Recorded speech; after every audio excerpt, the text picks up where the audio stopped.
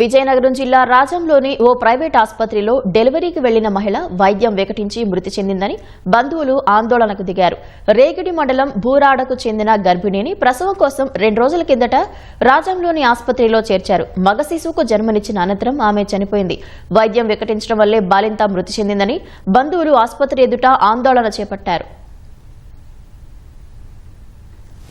అది యూరిన్ అవ్వలేదు sir. Urine అవ్వలేదంటే అంతే అలాగే ఉంటుందమ్మా, అలాగే ఉంటుంది అని చెప్పొచ్చారు సార్. మెడిసిన్ ఎక్కించారు కానీ అది ఏ మెడిసిన్ ఎక్కించారో మరి ఏంటనేది మరి మేము చూడలేదు. సిస్టర్లు తేవడము, మెడిసిన్ ఎక్కించడము, ఊపిరాడట్లేదు అని అందుబాటులో మరి వెంటిలేషన్ సదుపాయం లేదు. అసలు ఆపరేషన్ ఆక్సిజన్ అనేది లేదు. ఆపరేషన్ అయిన పేషెంట్ 24 గంటల్లో ఐసీయూలో ఉంచాలి, ఇది రూలు. అటువంటి సదుపాయం అయితే ఇక్కడ లేదు.